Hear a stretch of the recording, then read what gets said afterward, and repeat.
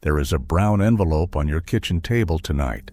It is from the government, and it wants $4,000. You already know you will pay it because you always pay it. You have never once been given a choice.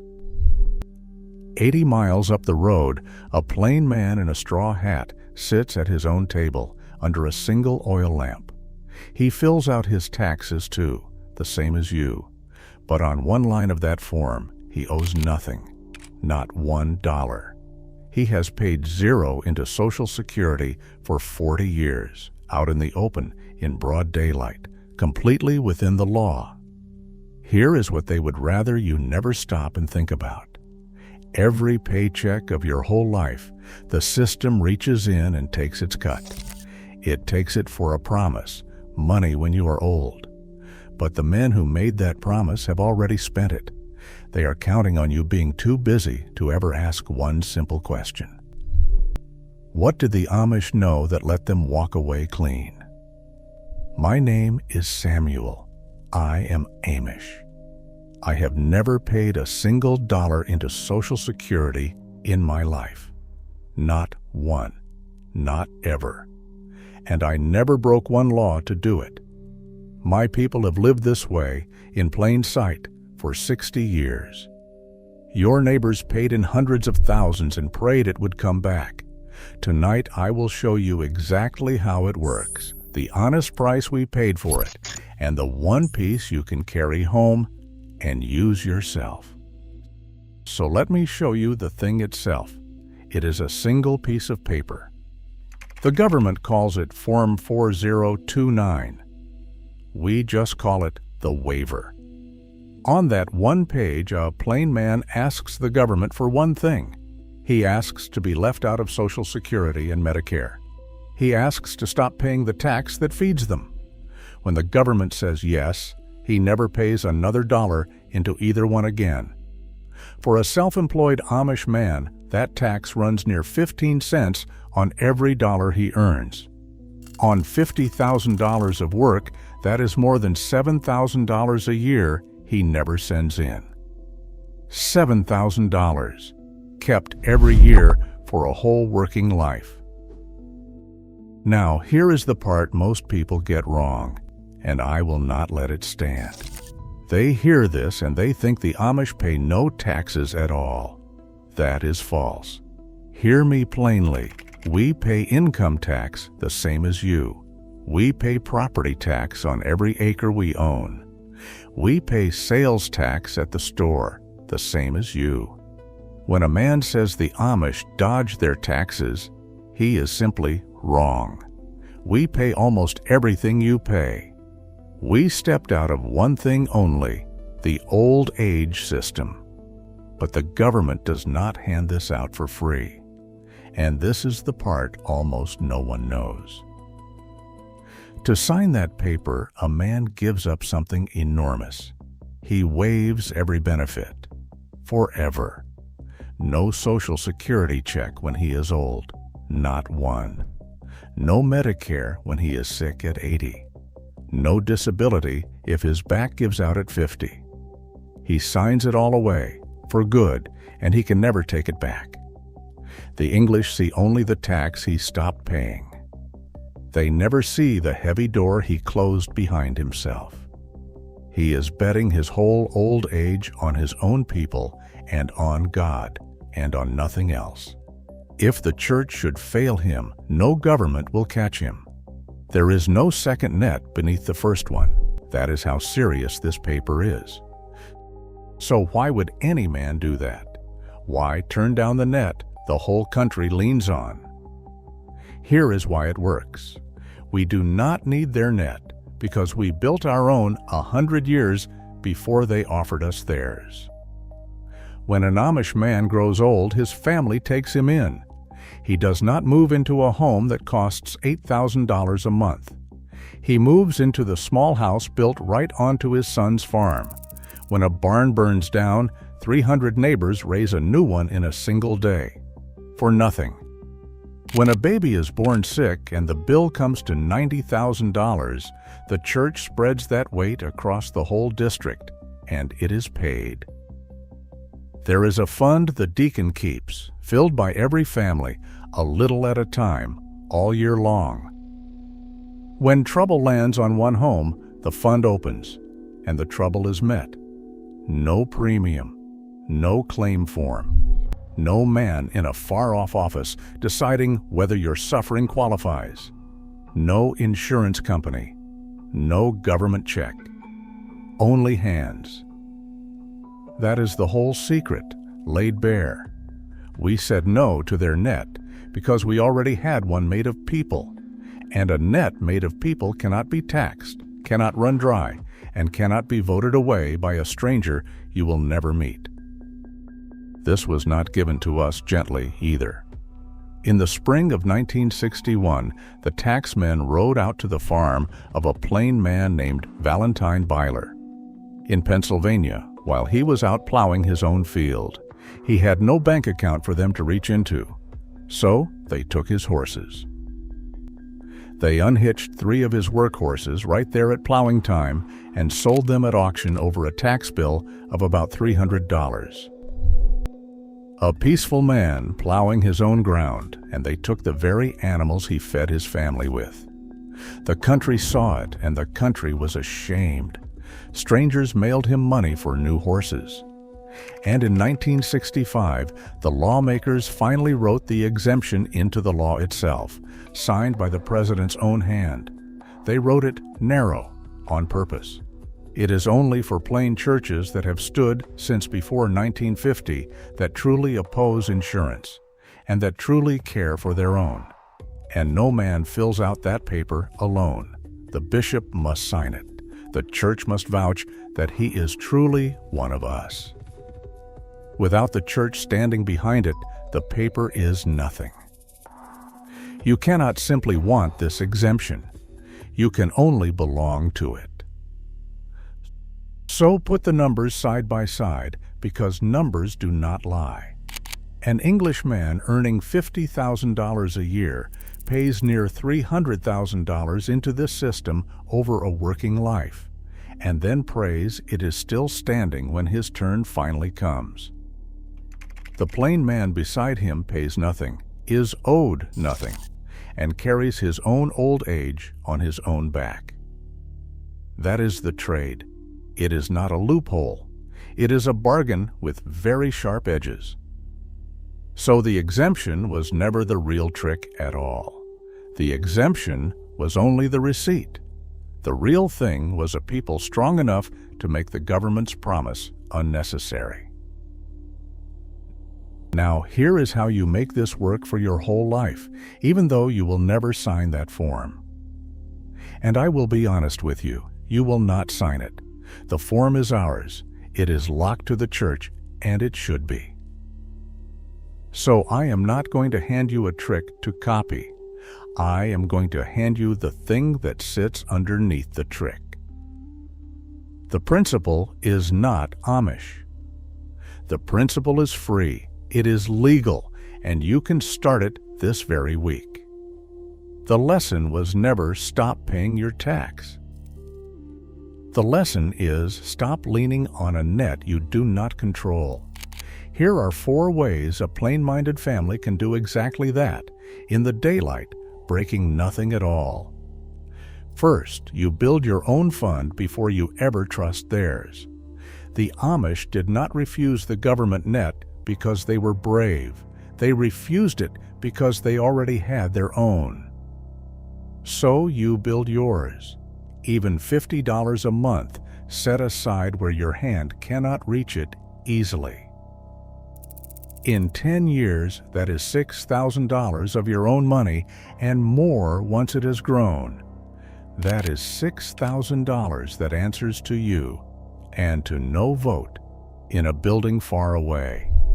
The man with nothing set aside reaches for a credit card at the worst possible moment and pays the bank $400 in interest on a $500 repair. The man with the fund pays cash and feels nothing but calm. Start the fund this month, however small. Second, you learn the honest math of what you are truly owed. Most people pay in their whole working life and never once ask what comes back out. So ask. Go and look at the real number.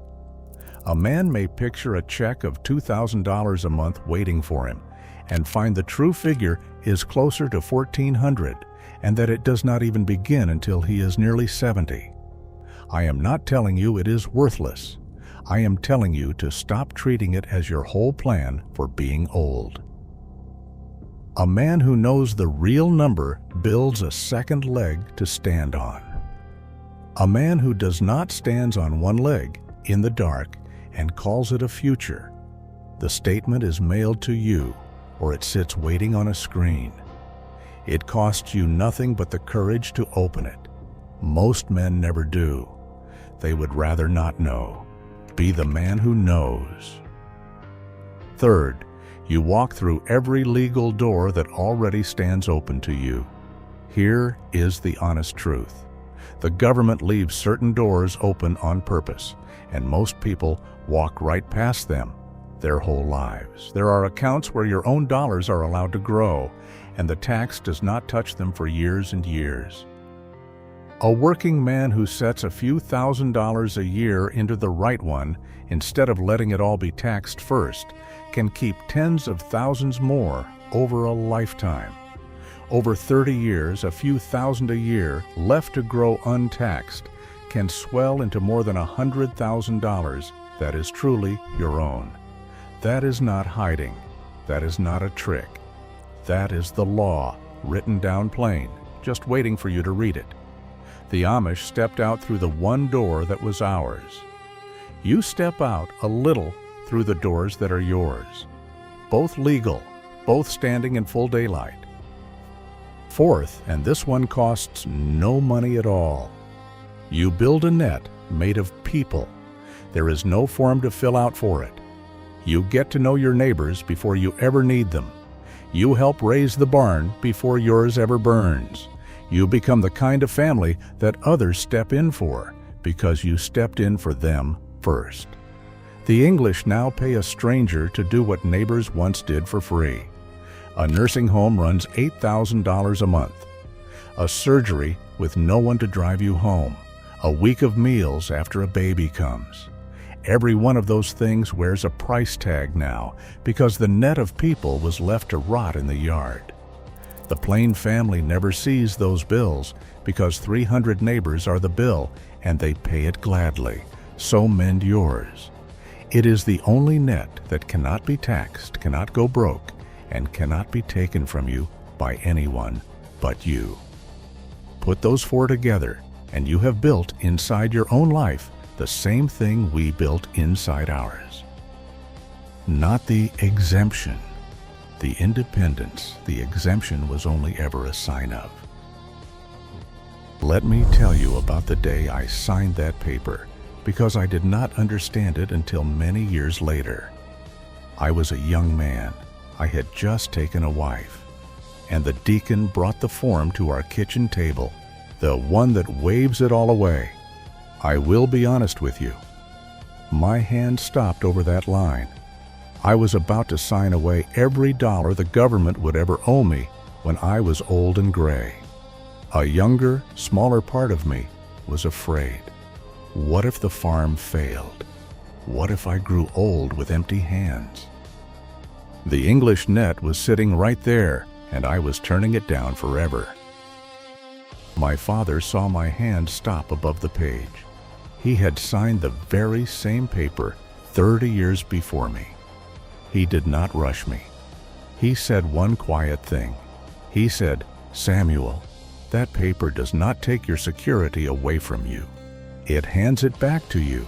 The English give their security to a man they will never meet, then spend their whole lives hoping he keeps his word. We keep ours at home. When you are old, you will not be holding a promise from a stranger in a far-off office. You will be sitting in the small house behind your son's kitchen with your grandchildren on the floor at your feet, cared for by the very people you yourself raised. That is not a smaller security than theirs. It is the only real one that has ever been. I signed it then, and it took me 40 years to feel all the way down how right he was. Because here is the thing the form never says out loud. When you depend on a system, you grow quiet. You do not make trouble. You do not walk away. You cannot, because that system holds your old age in its fist, and you have been trained your whole life to be afraid of losing it. Dependence is a soft kind of leash. It does not hurt. A leash you cannot see is still a leash. That is exactly why it works so well. The man who has built his own security owes that fear to no one. He can speak plainly. He can live the way he believes. He can stand up straight, because nothing he truly needs is being held over his head by a stranger far away. So you see, it was never really about the money. $300,000 was only the price written on the paper. The real thing we kept was not the dollars at all. It was the standing. It was the right to grow old inside our own people, beholden to no office, afraid of no letter in the mailbox, owned by no system on this earth. They will sell you a substitute for that standing. They call it a benefit. They call it a safety net. And it is real. I will not pretend it is nothing, but it is the substitute, not the true thing. Freedom is the real thing. The benefit is the substitute they sell you in its place. You cannot buy a son who takes you in. You cannot buy a church that pays your hospital bill with no form to sign. You cannot buy neighbors who come running before you have even finished calling. That is built slowly over a whole lifetime with your own two hands by being the kind of person who builds it. The government cannot give you that because the government does not have it to give. My father is gone now. He died in that small house behind my own kitchen, with my children reading to him at the end. He never held a government check in his life. He never needed one. He left no fortune. But he left the thing that matters far more, a name every neighbor trusted on a handshake, and a family that closed around him at the end like a warm hand. That was his Social Security. It paid out every single month in full, right up to the last day. And no office, no letter, no vote in any building far away could ever reach in and touch it. So let me ask you plainly, the way I would if you were sitting across this table from me tonight. How much have you already paid into a system you do not control? And do you even know the real number? When you are finally old, who will actually be there in the room with you? And here is the hard one, the one I want you to sit with. If everything you lean on comes from far away, and the people right next door are strangers to you, what is the one thing you could do this week to start mending that net? Tell me below. I read every single one of these. The stories you send back are the reason I keep recording. Half the people listening tonight have never once added up what they paid in. Be the one with the courage to go and look. Next time, I am going to show you something that sounds impossible until you watch it work with your own eyes. How a plain man stops working at 65 years old with no 401k, no company pension, and no Wall Street anywhere in it at all, and still has a steady income that arrives every single month for the rest of his natural life. He built it with nothing but a workshop, a ledger, and one small number set aside each year. The number is far smaller than you would ever guess. I will show you that number, and how the slow years do all the quiet work long after his hands have finally grown too tired to lift the tools. Until then, stay steady, stay free, and remember, the people who built this country with their hands knew how to keep what they earned. We are only just beginning to remember.